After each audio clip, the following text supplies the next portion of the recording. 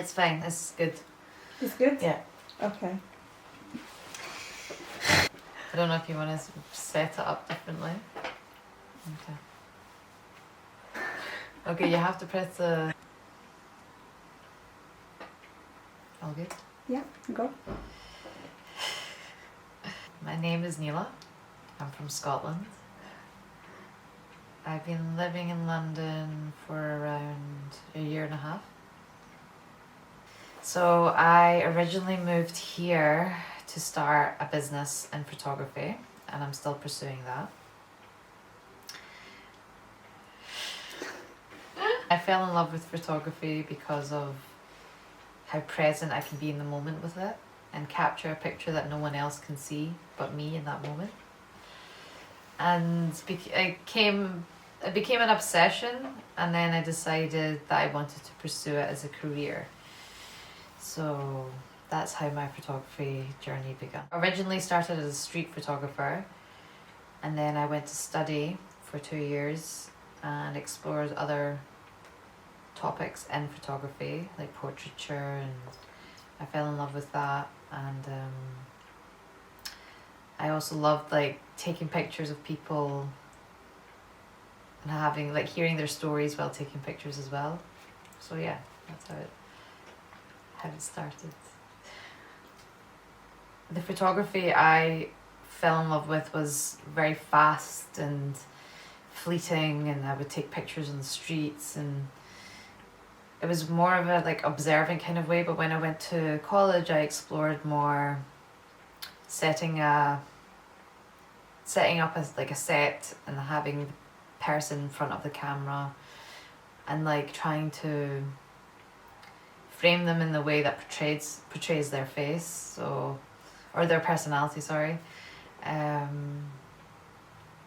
So that was a much more different way of taking photographs, because it was slowing down, getting to kind of know the person as well, styling them in a way which brings out their personality. So it was completely different. And then after I finished, I kind of slowed down in photography. In a way of like trying to take something creative and turning it into a business. It was kind of a different mindset. So then I delved into more the business side of things, and I started learning more about that.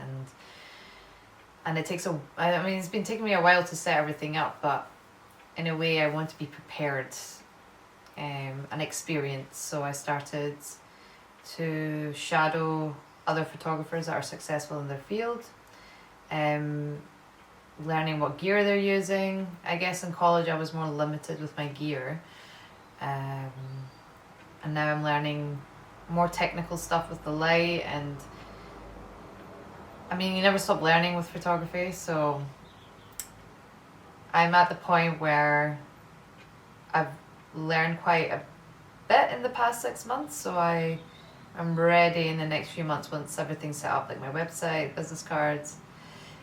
It'll be a different experience from being a street photographer to being a student photographer to now actually a professional photographer.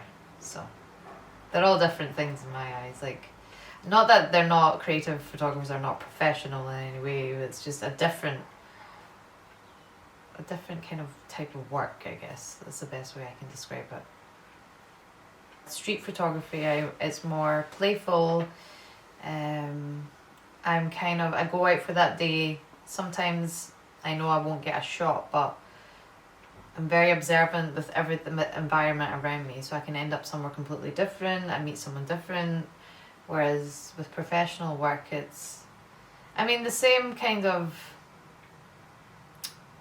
technical mindset would come into place. Like, I would look at the light, I would see the backdrop, I would see the person I want to take a picture, and kind of combine them all together in a street photography. And that's in street photography, but also when it comes to professional work, you kind of do the same thing. You observe the light, you look at the backdrop, you want to place a person, the composition comes into play. It's all the same but different. The same skills but a different type of shoot. I always look at the colours, for example.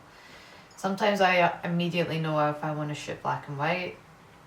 Sometimes I know it's going to be color. So I look at maybe what the person's wearing or it depends on the shoot.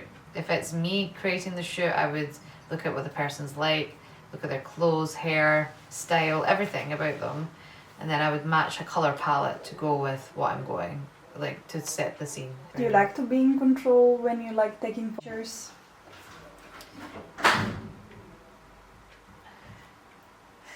It's Nila. In control in a way. I mean, you're in control with your camera, right? You're in control with your eyes. So I would say yes. But also sometimes if it's a professional settings, they're coming to me with what they want. So I have to, meet their needs. Okay. So if I have a client coming to me, this is my brand, this is how I want to portray it, then I think I help to create something with what they want. So I don't know if control comes into that.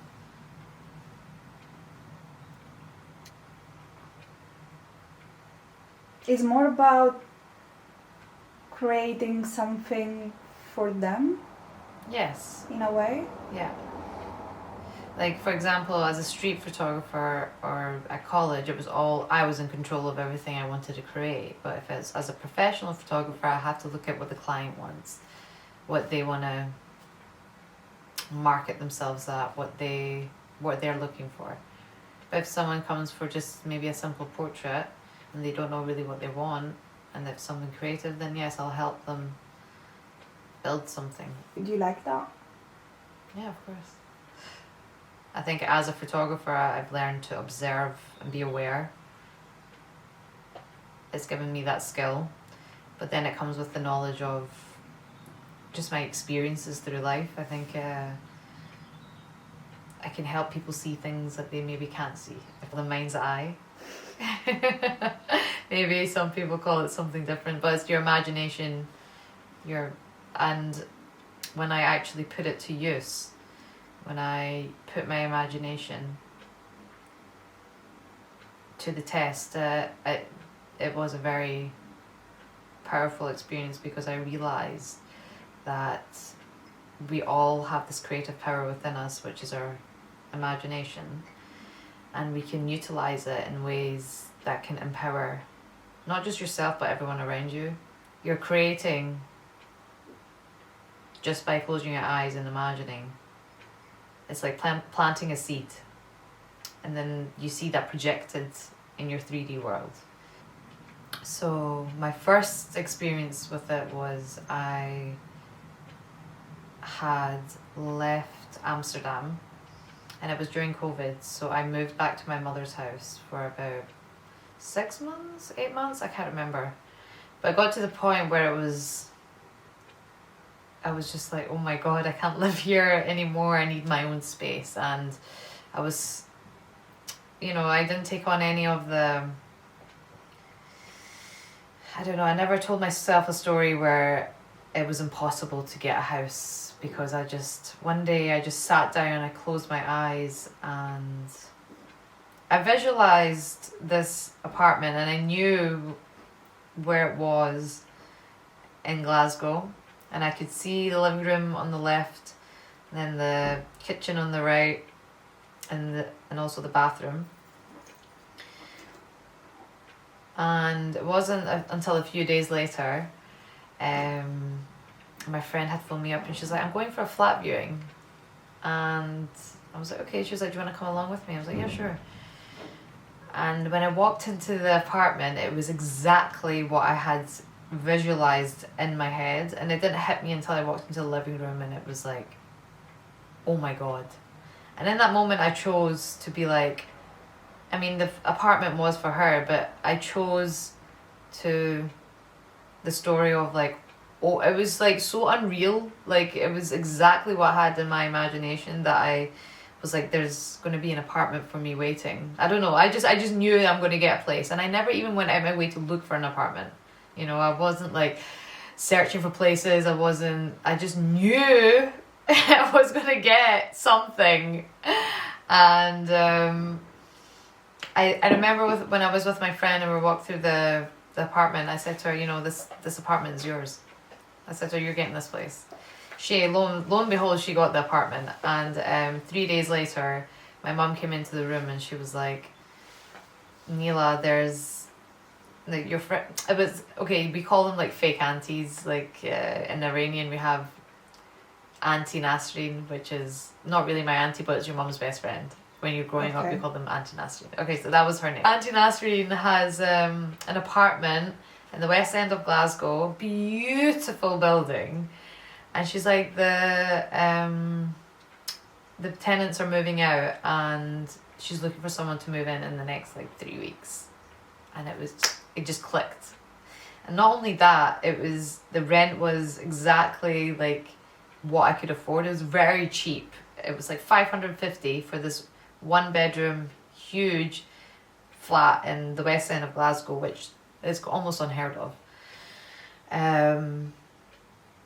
Yeah, so that was the moment I realized, wow, I have this creative ability, and it sent me down this journey of putting it to use, my imagination to use, and testing it out, and seeing what works and what doesn't work, and reading a lot. It all comes from Neville Goddard's work. So yeah, and I realize I can manifest for other people as well. Like that's my powerful experience.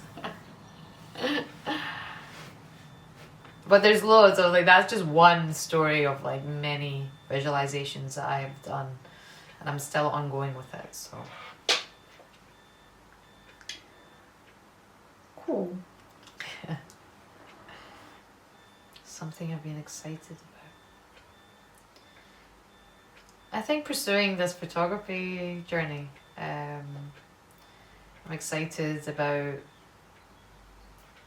the business I've been building and actually going out and doing it. So I'm excited to start that. Does it really make you that excited?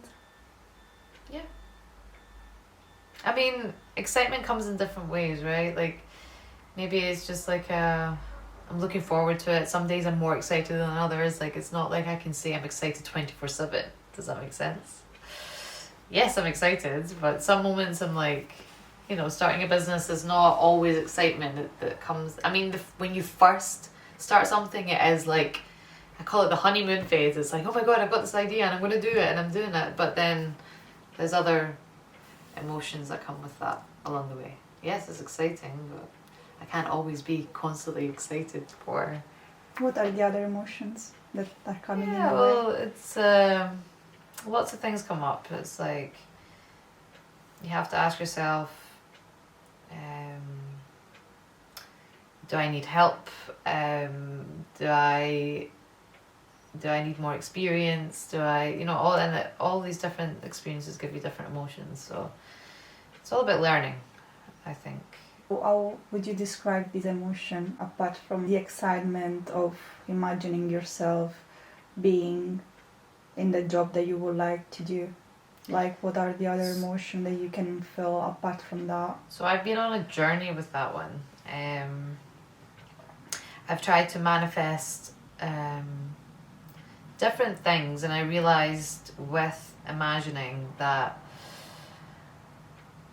you can't imagine the middle of a manifestation. So for example, I tried this multiple times and I realized this is where I'm going wrong. You have to go straight to the end of your desire. So for example, one thing I imagined was, okay, I was sitting on a laptop and I was getting so many emails through. So when that started to happen, when then it happened, but I received a bunch of spam, if that makes sense. It wasn't. So I was imagining the middle. I wasn't imagining anything that was implying that I had the successful business. It was just a scene that it manifested, but it wasn't my end desire. So I think when it comes to knowing what you want, if it's a business, you have to go a year or two, maybe even 3 years after, and think of a scenario that would happen, you know, so you can hear. I think when you hear a conversation from someone in your head is way more powerful because you hear the specific words that needs to be said. So I learned that I even manifested.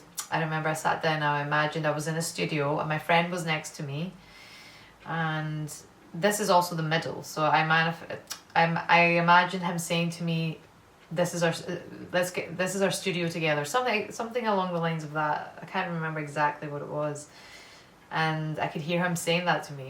And I met up with him the next day, and he said to me, "Let's get a studio." He literally said what I had imagined, but that wasn't my end. You know, that wasn't having a studio wasn't my end goal, because you have to be very specific. And I think, again, I remember the first imagination I did with the house. That wasn't my house. I just imagined the house, and I try to always wonder why that one worked so well is because of what I was thinking in that moment. It was such an intense, because it was my first visualization that I'd seen happen. Because it was so intense, I think I told myself a story at that moment that, oh my God, I'm going to get it. But when I heard him say that, I was like, okay, it was a different thing I said to myself. I was like, oh, I didn't imagine the scene properly. And I tried to think what it was that, and I realized I didn't go to the end, and the mindset was a little bit different. So yeah, so also the stories you tell yourself is also quite powerful. I think it comes in, manifestations also come in different ways, not just visualizing, but also the stories that you're telling yourself, because they're also a belief in some sort of way that's creating. So yeah, I mean, you're telling yourself stories all the time. There's always, for me anyway, there's always a narration up there, you know, there's someone narrating I have been telling myself recently that I'm getting out of this job. Okay. I kind of changed my mindset on that because I've been there in a year. It's been an amazing job for what I've had in London, and I needed it. I needed it while getting started in London, but now I'm ready to move on. So I've started to tell myself a different story. People would call this affirmations, for example. I don't believe affirmations are something that you should use obsessively, continuously telling yourself one sentence, because I think that it doesn't work like that. It's like a natural state. You're talking to yourself more. So I call them affirmations. Basically, affirmations are thoughts. And changing those affirmations, or what you're saying to yourself, has also quite a profound effect on what's happening around you. So I've been starting to plant little seeds in my head along the lines of so I would think, why would clients come to me? Because they love my work. Or I'm getting out this job soon and I know there's something better. Little things like that, instead of thinking, oh my God, I'm going to be here forever, it's taking so long. I started to because it did hit me that I have also been on autopilot with this job. You know, it's just I've been too comfortable, and comfortability, I came here for a reason, not to be stuck in a job, but to start a business. And this job has helped me a lot, but it's time to move on. So I've started to plant little seeds and tell myself a different story. I've told me this is the year that I'm going to have a successful business. This is all going to change soon, and for the better. So that's a positive, I think. Negatives. I think it's more being aware of what the negatives were in my head. I noticed with starting the business that I had negative thoughts. So I remember starting to try and get people in for pictures, portrait pictures, and I was why is it not working? Why I need to market myself, I need to do this, I need to do that, it's gonna take time, it's a lot of negative thoughts that way. And then I was like, no, I need to change that, so I started to think the clients will come, They are coming. They're already on their way to me. People are seeking me out. I have now the experience. I have the gear. I have everything ready. It's all coming together. So it's just, there's negatives in everything that you sometimes think about. It's just having to pick up on it. Yeah. Okay.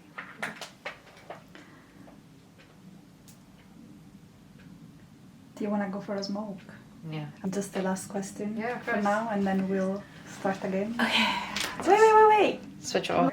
Okay. It's more everything within you. It's all within, I think. I don't need to seek validation or value from someone else. It's like, as long as I value myself and I respect myself in certain scenarios or situations,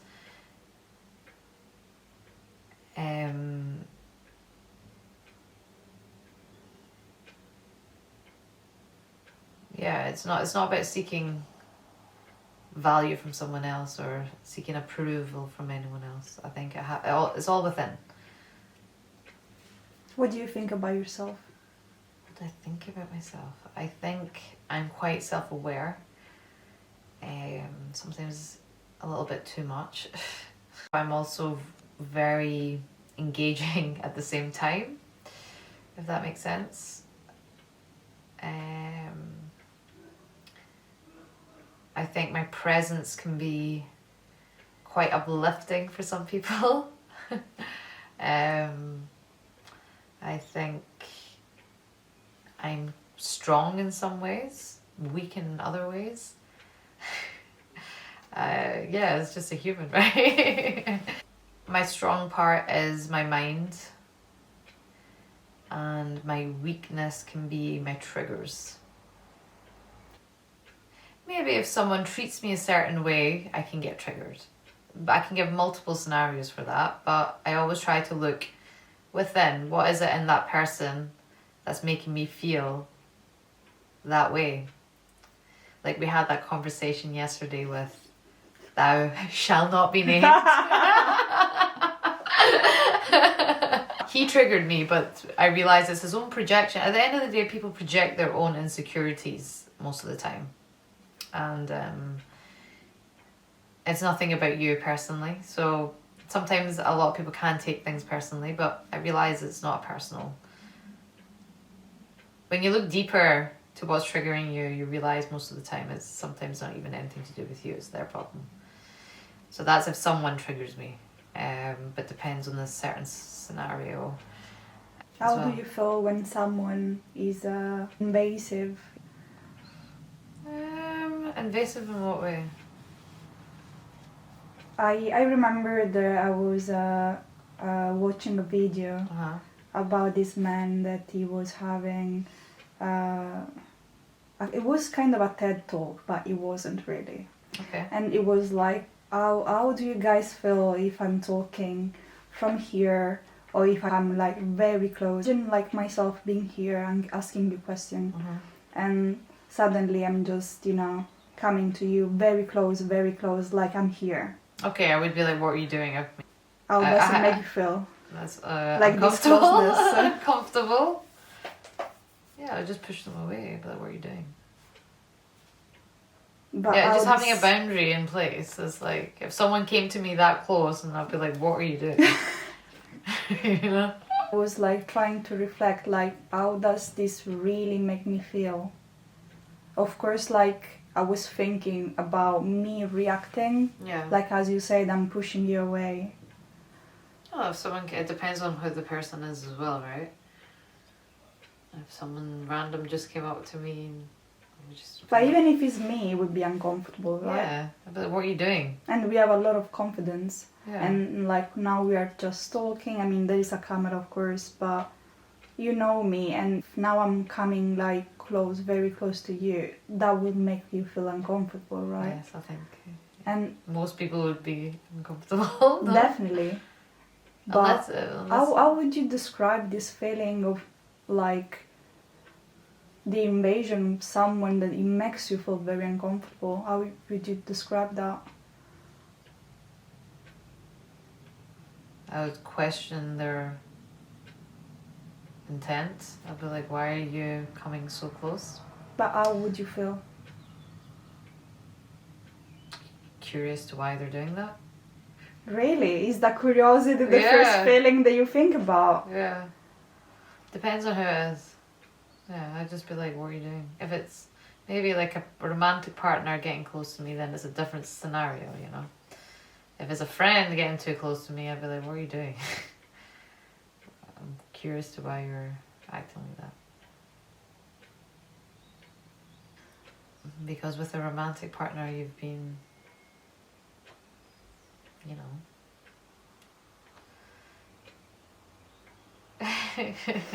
romantic with. So you've got very close to each other at some point, no? So you're used to being very close and uptight and holding and touching and feeling. So if they were to get close to me, I'd be like, with a friend, it's like, okay, what are you doing? So it's different. Okay. How do you feel if someone is asking you to talking about your feelings? Do you like that? Yes, I'm Or do open you to rather not to talk about your feelings in a deep way? No, I'm open to talking about feelings in a deep way. I have no uncomfortability with that. I think it's good to be vulnerable. Never used to be like that, but now I feel like I'm at the stage in life where I'm open to being vulnerable and speaking about my feelings and just being authentic, I guess. That's the best way to be. I guess for others, some people are uncomfortable with sharing their feelings and emotions, but I'm not. I think I'm past the point of caring what other people think. Do you think that is about the fear of someone looking at you maybe in a different way if you're like vulnerable? And that's their issue.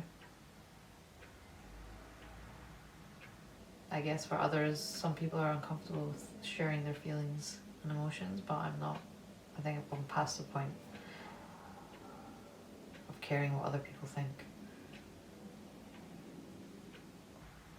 So you're like, you don't have the fear of being judged by No. anyone? No. I always separate fear now. I don't want to operate from fear anymore. I want to operate from a place of understanding, compassion, and love rather than being fearful. So if someone's judging me, that's their own issue. That's their own projection, it's their own issue. That's to do with them and not to do with me. Yeah. If you look at yourself like from the outside, how would you describe and see yourself from that perspective? I'm just a human having an experience. No? I mean, there's all dramas in life. It's what you're creating. It's kind of like sometimes when you... It's like when you look back in your life, I relate it to that. That's a good way of looking at it. When you look at yourself in the past, you're looking at it from a perspective of a third person, right?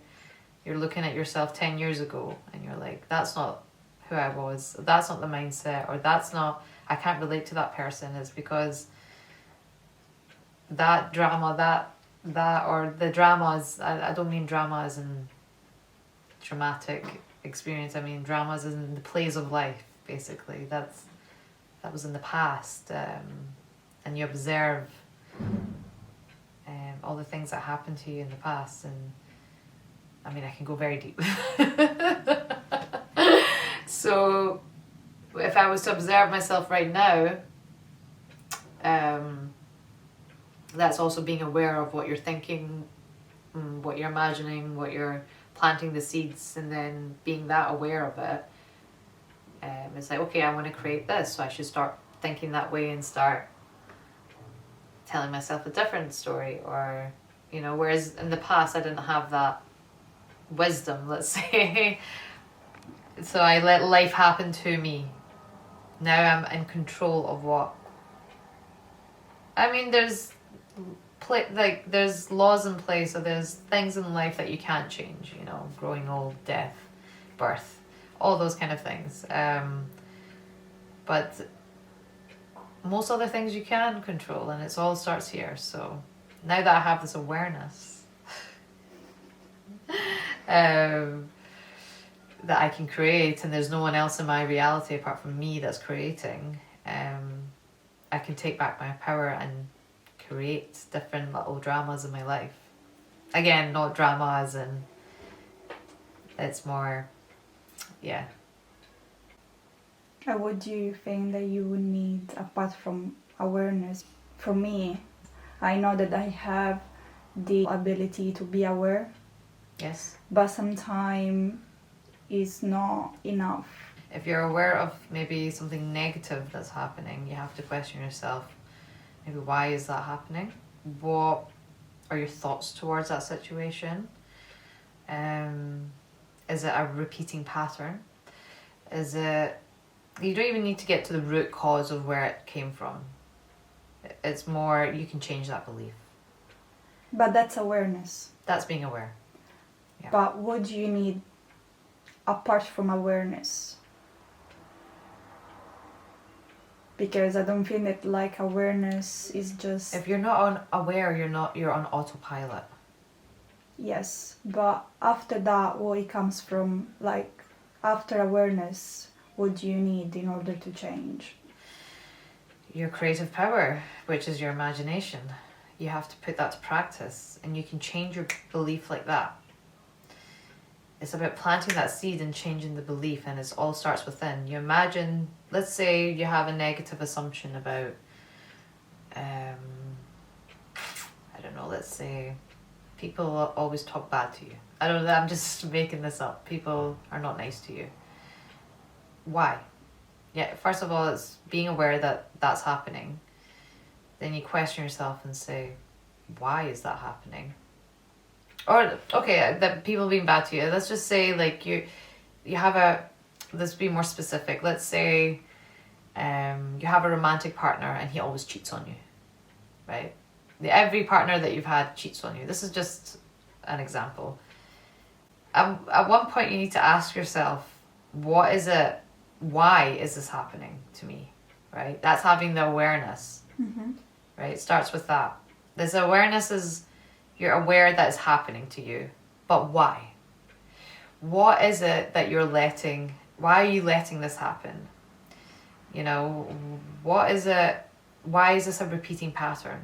Sometimes you can trace back to maybe your first boyfriend cheated on you, and then from that moment, every single man has cheated on you. Or you can trace it back to my father cheated on my mother, or there can be multiple causes that's maybe impressed your subconscious mind, and that's been your ongoing belief about men, right?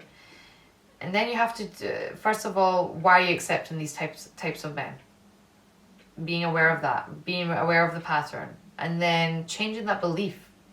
And then not just about men, but about love, about how you show up for love. I mean, it's a whole category, and it's just being aware, and being aware of your thoughts, your perceptions, what you listen to, even the people that you see in your life,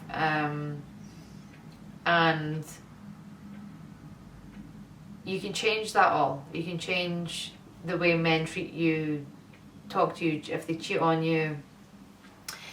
So that's one simple, maybe negative belief that's turned into there could be a whole backstory for it, So it's hard to pinpoint one thing, but the easy part is that you can change that, and it starts within. So you change that. You maybe imagine a conversation with someone saying to you, or you saying to someone like, I trust men, I fully trust men. I'm so glad that I've had men in my life that I can fully trust.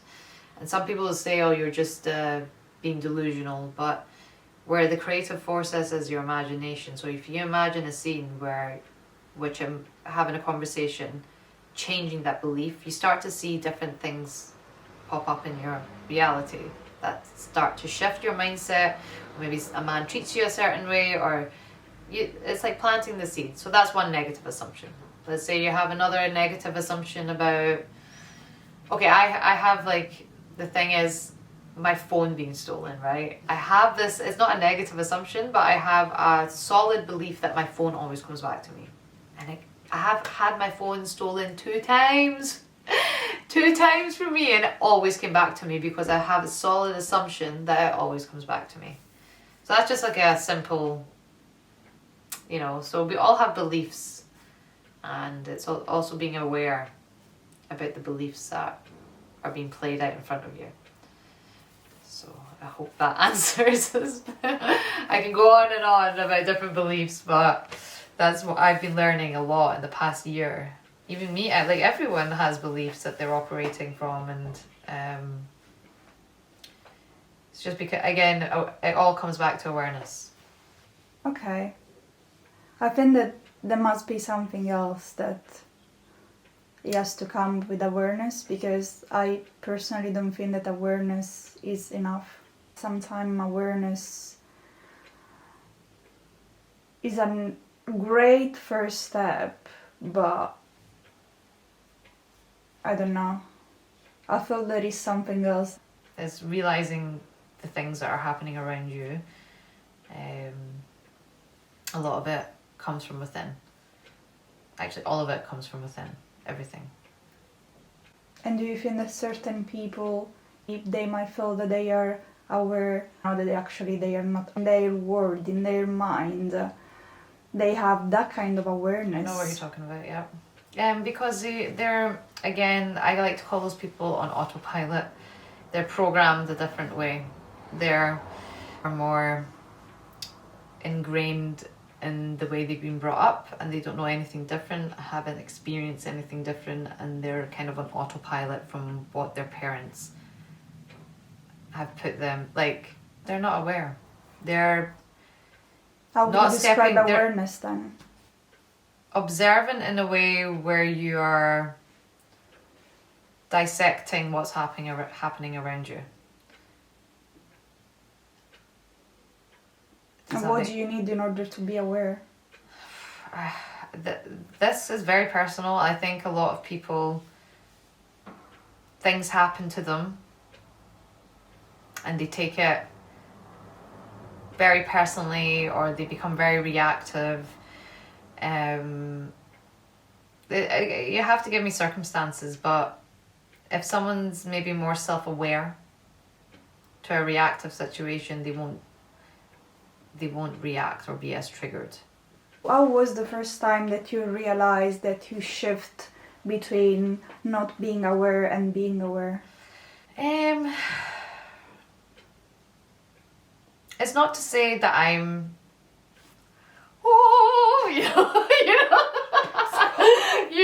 I'm still a human being. I still get triggered in ways, and like, it's just, it depends what it is. I would say my mindset kind of started to change around 27, 28.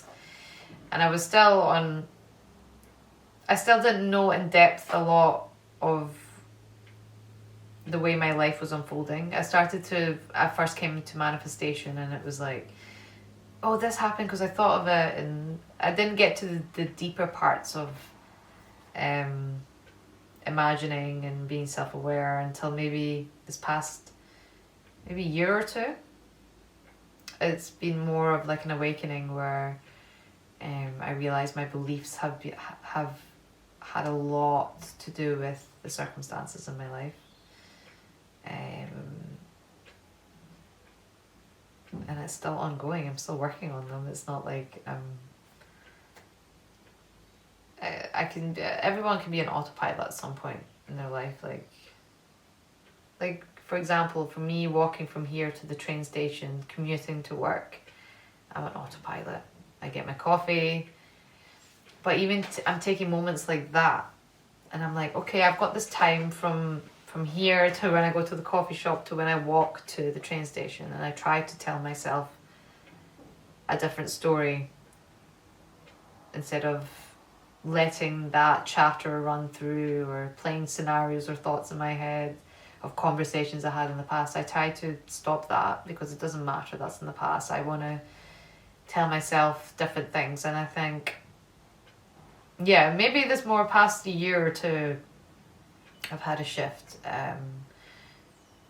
It's just been an ongoing process. I think it's hard to pinpoint an exact time, but I think definitely in the past couple of years I've shifted a lot.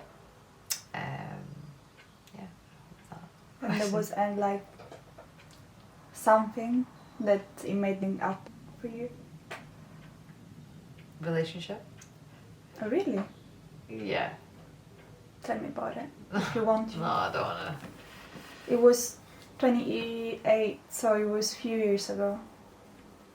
You said this happened a few years ago. Don't want to talk about the relationship. About the moment when you had the awakening and you start to realize, okay, now I'm aware.